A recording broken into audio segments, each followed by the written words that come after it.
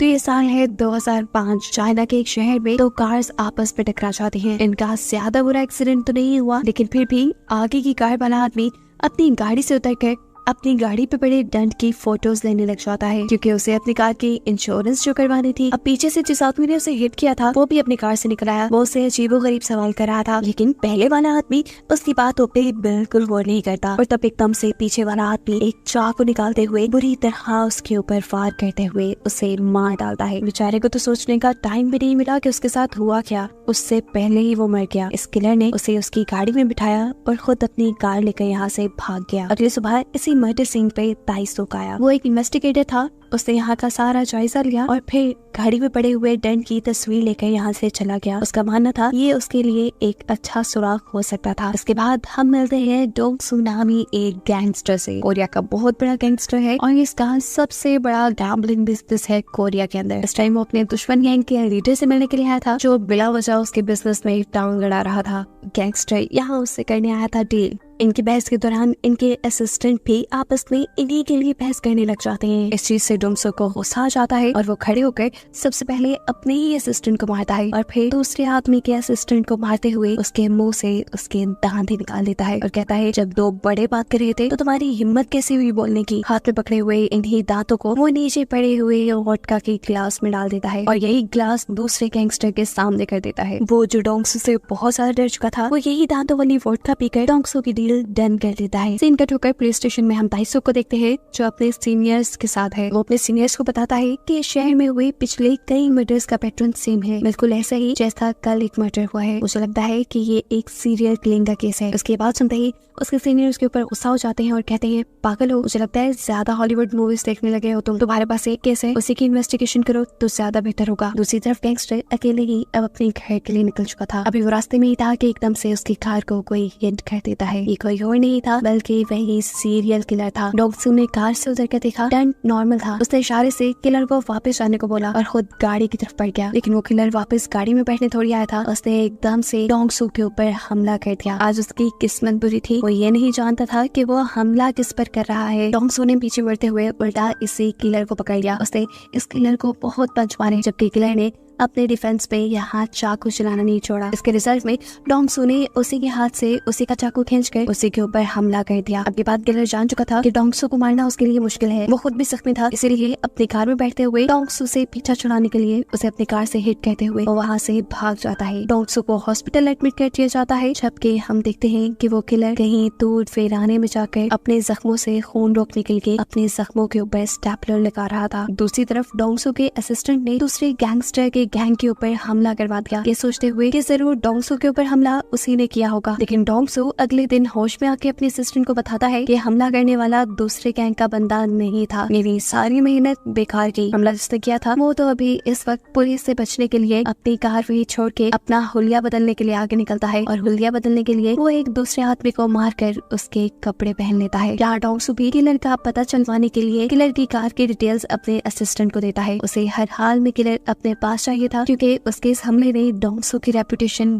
पूरी तरह गिरा दी थी। यहीं पर उससे मिलने के लिए ताइसुक भी आया, जो चाहता था कि डोंगसू उस पे हुए हमले की रिपोर्ट लिखवाए, लेकिन डोंगसू को पुलिस के ऊपर बिल्कुल एतबार नहीं था। ताइसुक भी जब डोंगसू के घर से वापस आ रहा था तब उसने डोंगसू की कार देखी। उसकी कार के पीछे भी बिल्कुल वैसा ही डंट था जैसा सभी मर्डरर्स की कार के पीछे था। उसके जाने के बाद डोंगसू ने भी अपने बंदों को किलर का स्केच देते हुए उसे ढूंढने के काम पे लगा दिया था और इसी दौरान किलर दिखा चुका था अपना एक और वार। वो एक और बंदे का मर्डर करते हुए उसका ट्रक ले चुका था, लेकिन उसे ये बात मालूम नहीं थी कि इस ट्रक में एक और आदमी भी है, जिसे मारते हुए भी वो बिल्कुल ही हिचकिचाता। लेकिन इस मर्डर में उससे हो जाती है गलती, उसका चाकू वही रोड पे गिर जाता है। इस किलर को हर हाल में ताइसुक पकड़ना चाहता था। वो जानता था कि ये सब एक सीरियल किलिंग है और पकड़ना उसे डोंगसू भी चाहता था। ताइसुक ने डोंगसू से एक फेवर मांगी थी कि डोंगसू अपने ऊपर हुए हमले की रिपोर्ट पुलिस में करवा दे, और जब डोंगसू ये नहीं करता तो कुछ ही देर बाद ताइसुक उससे इस चीज का बदला लेने के लिए उसके सभी गैम्बलिंग स्टेशंस के ऊपर रेड करवा देता है और उसकी हरकत को देखते हुए डोंगसू अब इसे मिलने के लिए अपने घर बुलाता है। यहाँ टाइसुक डोंगसू को बताता है, मैं उस किलर को पकड़ना चाहता हूँ। वो किलर कोई आम नहीं बल्कि एक सीरियल किलर है। और ये तो डोंगसू को भी लग रहा था, क्योंकि आज से पहले कोई इतना बहादुर नहीं था कि डोंगसू के ऊपर हमला कर सके। इसी हमले की वजह से डोंगसू के क्राइम वर्ल्ड में डोंगसू की रेपुटेशन गिरती जा रही थी और इसी चीज का फायदा दूसरे गैंगस्टर्स उठा रहे थे। और ये सब कुछ ठीक हो सकता था किलर को ही पकड़कर। डोंगसू के बंदे लगातार किलर को ढूंढने में लगे हुए थे और फाइनली फिर उन्हें किलर की कान और उसका गिरा हुआ चाकू मिल ही गया। इसे हासिल करने के बाद एक तीसरी मर्तबा डोंगसू टाइसुक को अपने घर बुलाता है। इन चीजों के जरिए किलर तक पहुंचना डोंगसू के लिए थोड़ा मुश्किल था, लेकिन टाइसुक के लिए नहीं, क्योंकि उनके पास एक अच्छी फोरेंसिक लैब थी। वो टाइसुक से कहता है, देखो एक गैंगस्टर के लिए उसकी रेपुटेशन सबसे बड़ी होती है और इस हमले की वजह से मेरी रेपुटेशन काफी गिर चुकी है। मैं चाहता हूँ कि जल्द से जल्द किलर पकड़ा जाए और इस पे तुम मेरा साथ दोगे। फिर किलर जिसको भी पहले मिल गया वो उसका हुआ। टाइसुक यहाँ सोच रहा था कि वो किलर को पकड़ कर अदालत लेकर जाएगा और ऐसे उसे प्रमोशन मिल जाएगी, जबकि डोंगसू सोच रहा था कि वो किलर को पकड़कर कुत्ते की मौत मारेगा। इनकी रियल डन होने के बाद डोंगसू ने टाइसुक को बताया कि उन दोनों की सारी बातें रिकॉर्ड हो रही थी। अगर टाइसुक ने कभी उसे धोखा देना भी चाहा तो ये रिकॉर्डिंग उसके खिलाफ है। अब डोंगसू ने किलर का स्केच और उसकी सभी चीजें टाइसुक के हवाले करके उसे काम पे लगा दिया। ये सब क्लूज टाइसुक के लिए भी बहुत मायने रखते थे। अब टाइसुक और उसकी टीम ने किलर की गाड़ी के फोरेंसिक टेस्ट शुरू कर दिए, जबकि डोंगसू ने इस सारी सिचुएशन का फायदा उठाना चाहा। उसने अपने असिस्टेंट से एक दूसरे गैंगस्टर को मारने का कहा, क्योंकि वो डोंगसू की गिरी हुई रेपुटेशन का बहुत ज्यादा फायदा उठा रहा था। उसके हुक्म के मुताबिक उसके असिस्टेंट ने दूसरे गैंगस्टर को सोते में रात में ही मार डाला, वो भी किलर के चाकू से, ताकि उस गैंगस्टर के मरने का इल्जाम भी किलर के ऊपर चला जाए और किसी को भी डोंगसू पे शक ही न हो। यहाँ पुलिस स्टेशन के अंदर कार के फोरेंसिक की भी रिपोर्ट आ गई। कार के ऊपर से मिला हुआ डीएनए पिछले सभी मर्डर केसेस में मैच हो रहा था और साथ ही साथ गैंगस्टर को मारने वाले चाकू से भी। ऐसे पूरे पुलिस डिपार्टमेंट को ये बात कंफर्म हो चुकी थी कि ये कोई आम इंसान नहीं है, बल्कि वो सारे केसेस एक सीरियल किलिंग के हैं। इसीलिए अब इस केस को सॉल्व करने के लिए पुलिस का पूरा डिपार्टमेंट इन्वॉल्व हो गया। अब टाइसुक, जिसे गैंगस्टर की मर्डर की रिपोर्ट मिली थी, वो इस मर्डर को देखकर जान गया कि ये काम डोंगसू का है, क्योंकि सीरियल किलर रोड पे चलते हुए अनजान लोगों को मारा करता था। इसी चीज के गुस्से में वो डोंगसू के पास गया। इससे पहले वो डोंगसू को कुछ कहता, डोंगसू ने उल्टा उसी को पटक के गिरा दिया और फिर टाइसुक के सामने ये कन्फेस भी कर लिया, हाँ मैंने ही उस गैंगस्टर को मरवाया है, लेकिन तुम इस बात को साबित नहीं कर पाओगे। टाइसुक भी ये बात जानता था, इसलिए तिल मिलाता हुआ वो यहाँ से चला गया। जबकि अब शहर में इन मर्डर की न्यूज भी वायरल हो चुकी थी। सीरियल किलर भी ये न्यूज देख रहा था और अब उसे गुस्सा आने लगा था, क्योंकि अब उसके पकड़े जाने के चांसेस ज्यादा थे और दूसरा ये भी कि एक ऐसा मर्डर भी उसके सर डाल दिया गया था जो उसने किया भी नहीं था। इसलिए वो गैंगस्टर के फ्यूनरल पे गया और गैंगस्टर के असिस्टेंट को एक लेटर देकर आया, जिसमें उसने लिखा था कि गैंगस्टर का मर्डर बेशक मेरे चाकू से हुआ है, लेकिन मैंने नहीं किया। उसने यहीं पे बैठे हुए डोंगसू की तरफ इशारा कर दिया। फिर इसके बाद किलर यहाँ से चला गया और उसने यहाँ से जाते ही अपने पहले वाले तरीके से एक और मर्डर कर डाला, जिसकी इन्वेस्टिगेशन भी टाइसुक कर रहा था, वो भी डोंगसू के साथ मिलकर। ये लोग कार में से फिंगरप्रिंट ढूंढने की कोशिश में थे कि इतनी देर में डोंगसू के इसी पार्किंग लॉन्च के अंदर दूसरे गैंगस्टर के लोग अपने बॉस के मरने का बदला लेने के लिए उसके ऊपर हमला कर देते हैं। ये लोग बहुत ज्यादा थे, लेकिन फिर भी डोंगसू और टाइसुक घबराते नहीं और दोनों अकेले ही इन सभी को बड़ी हिम्मत से मार गिराते हैं। फिर अगले सीन में हमें दिखाया जाता है कि जो फिंगरप्रिंट टाइसुक को कार से मिला था, उस फिंगरप्रिंट की रिपोर्ट भी आ चुकी थी। ये फिंगरप्रिंट जिस बंदे के थे, उसकी मिसिंग रिपोर्ट तो पहले कई सालों से दर्ज थी, लेकिन फिर भी टाइसुक इन्वेस्टिगेशन करना चाहता था, इसलिए वो उसके आईडी कार्ड पे दिए हुए एड्रेस पे जाता है। उसके घर में अजीबो गरीब किस्म की ग्रीन कलर के टैंक्स थे और बहुत सारी किताबें थी जो डेविल से रिलेटेड थी, यानी शैतानों से रिलेटेड। हो सकता था कि वो ये सारे मर्डर डेविल यानी शैतानों को खुश करने के लिए किसी सेक्रीफाइस के तौर पे कर रहा हो। उसे यहाँ पर एक पिक्चर में मिली जो हूबहू डोंगसू के बनाए हुए किलर के स्केच से मैच कर रही थी। ये बहुत बड़ा क्लू था। टाइसुक फौरन अपने ऑफिस जाता है और इस आदमी के बारे में बाकी सभी इंफॉर्मेशन निकालने को कहता है। जिसके बाद टाइसुक ने डोंगसू को कॉल मिलाई, जो कि इस टाइम एक मीटिंग में था। मीटिंग में एक बंदा जब उसकी बेइज्जती करता है तो डोंगसू उसे इतने थप्पड़ मारता है कि वो आदमी वहीं मर जाता है। जिसके बाद उसने टाइसुक की कॉल रिसीव की तो टाइसुक ने उसे बताया कि तुम्हें मैंने एक आदमी का वॉइस नोट सेंड किया है, वो सुनो और बताओ क्या ये वही किलर ही था। उसकी आवाज सुनकर डोंगसू ने ये 100% कंफर्म कर दिया कि वो किलर ही था। उसके बारे में मजीद इन्फॉर्मेशन निकाली गई और इन्हें मालूम हुआ कि किलर का नाम कांग योंग है। बहुत सारी इन्फॉर्मेशन इकट्ठी करने के बाद इन्हें मालूम हुआ कि सीरियल किलर के जो फादर थे वो एक साइको इंसान थे, वो उसे बहुत मारा करते थे और ऐसे ही साइकोलॉजिकल रीजन रीजंस की वजह से ये किलर बाकी सब लोगों का मर्डर कर रहा था। अब टाइसोक को जो किलर की फोटो उसके घर से मिली थी उससे वो डोंगसो को दी और डोंगसो ने ये पिक्चर अपने पूरे गैंग को दे दी और सबके सब अब किलर को ढूंढने लग गए। सबने मिलकर इस शहर का एक एक हिस्सा छान मारा लेकिन उन्हें कोई सुराग नहीं मिला। डोंगसो को अब इस चीज से गुस्सा आ चुका था, उसे बहुत जल्दी थी किलर को पकड़ने की,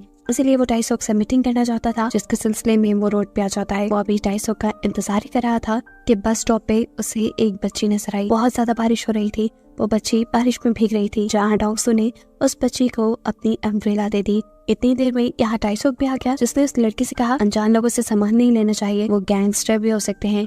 जिसके जवाब में बच्चे ने कहा मुझे तो आप ही गैंगस्टर लगते हैं। और ये सुनकर डोंगसो हंसने लग गया। यहाँ बस भी आ गई और बच्ची बस में बैठ गई। उसने बैठते हुए भी डोंगसो का शुक्रिया अदा किया। और यहाँ एक चीज जो हमने नोटिस की कि इसी बस में वो सीरियल किलर भी बैठा हुआ था। रात में डोंगसो के सभी गैंगस्टर और पुलिस के सभी डिटेक्टिव्स मिलकर खाना खा रहे थे और इसी चीज पे डिस्कशन कर रहे थे कि कैसे किलर को ढूंढा जाए। तभी टीवी पे इन्हें एक न्यूज दिखाई देती है कि उसी सीरियल किलर ने एक और मर्डर कर दिया था। इसी मर्डर साइट पे डोंगसो को अपनी अम्ब्रेला दिखती है और वो पहचान जाता है कि किलर ने उसी बच्ची का मर्डर किया था जिससे वो सुबह में मिला था। ये देखकर उसे बहुत दुख हुआ। इस रिपोर्ट से सभी डिटेक्टिव ये जान गए कि अगर कुछ ही देर पहले किलर ने मर्डर किया है तो जरूर वो यहीं गई होगा। इसलिए डोंगसो के सारे आदमी और पुलिस के सारे डिटेक्टिव्स उसे ढूंढने के लिए निकल गए। शहर का हर कोना इन्होंने छान मारा, रेस्टोरेंट, मोटल, शॉपिंग मॉल, हर जगह उसे ढूंढा। आखिरकार इन्हें एक ऐसा मोटल मिल ही गया जिसके ऑनर ने उन्हें ये कंफर्म कर दिया कि किलर यही रुका है। लेकिन फिलहाल वो होटल पे नहीं था,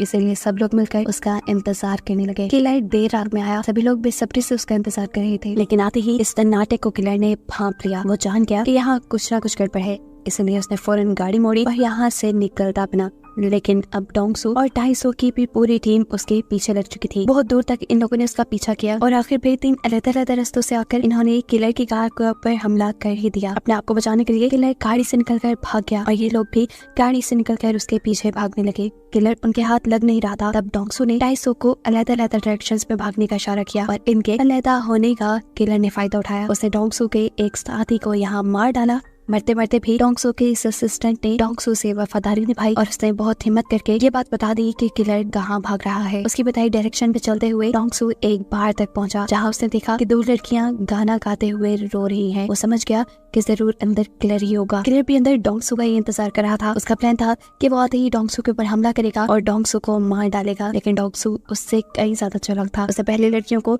साइड पे होने का इशारा दिया और फिर लड़कियों से खामोशी से किलर के बारे में पूछा। उन्होंने वॉशरूम की तरफ इशारा किया। इससे पहले कि किलर वॉशरूम से निकलकर डोंगसो के ऊपर हमला करता, डोंगसो ने दरवाजा तोड़ते हुए किलर के ऊपर ही हमला कर दिया और दरवाजे के ऊपर से ही मार मार कर किलर को इतनी बुरी हालत में पहुंचा दिया जैसे वो मरने के करीब हो। जिसके बाद उसने किलर को पांव से पकड़ा और घसीटते हुए यहाँ से ले गया। टाइसोक उसे आवाज़ें देता रह गया, लेकिन डोंगसो ने उसकी हर आवाज, हर कॉल को इग्नोर कर दिया। डोंगसो इस किलर को, इस डेविल को अपने वेयर हाउस में ले गया। उसने वहाँ जाकर डेविल यानी इस किलर को बहुत मारा।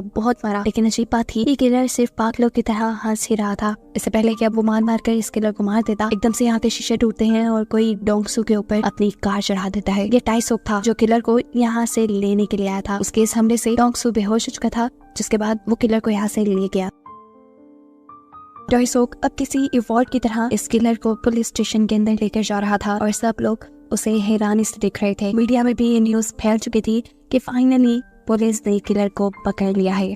यहाँ में ये भी मालूम हुआ कि इस किलर को पकड़ने के बाद टाइसोक ने डोंगसो के बहुत से गैम्बलिंग स्टेशन के ऊपर रेड की और उसका बिजनेस तकरीबन ठप कर दिया। लेकिन इसका भी कुछ खास फायदा नहीं हुआ था टाइसोक को, क्योंकि उसकी प्रमोशन जुड़ी थी ये साबित करने से कि वो जिस आदमी को पकड़ कर लाया है वही सीरियल किलर है। वो उसके साथ बहुत इन्वेस्टिगेशन करता है, बहुत दिमाग खपाता है, लेकिन खुद ही फ्रस्ट्रेट हो जाता है क्योंकि सामने वाला किलर बिल्कुल खामोश था और पागलों की तरह हंस रहा था। टाइसोक के पास उसके खिलाफ कोई भी ठोस सबूत नहीं था, यहाँ तक कि उसने केमिकल के जरिए अपने फिंगरप्रिंट्स भी मिटाए हुए थे ताकि उसे मर्डर की किसी भी चीज से जोड़ा ना जा सके। असल में उसने ये सारी किलिंग्स बहुत ही प्लान के साथ की थी। यही सब बातें उसने कोर्ट में जाके बोली कि मैं मासूम हूँ, मैं एक लड़का हूँ, तो ही मेरे साथ ऐसा हो रहा है। सिर्फ इसलिए कि मेरी शक्ल किलर से मिलती है तो मैं किलर तो नहीं हो सकता। जज को भी उसे सजा देते हुए हिचकिचाहट हो रही थी और उसे बेकसूर भागता हुआ दिखते हुए सभी विक्टिम्स की फैमिली बहुत ज्यादा दुखी थी। ये सभी लोग इंसाफ चाहते थे। तभी प्रोसिक्यूटर यहाँ जज से परमिशन लेता है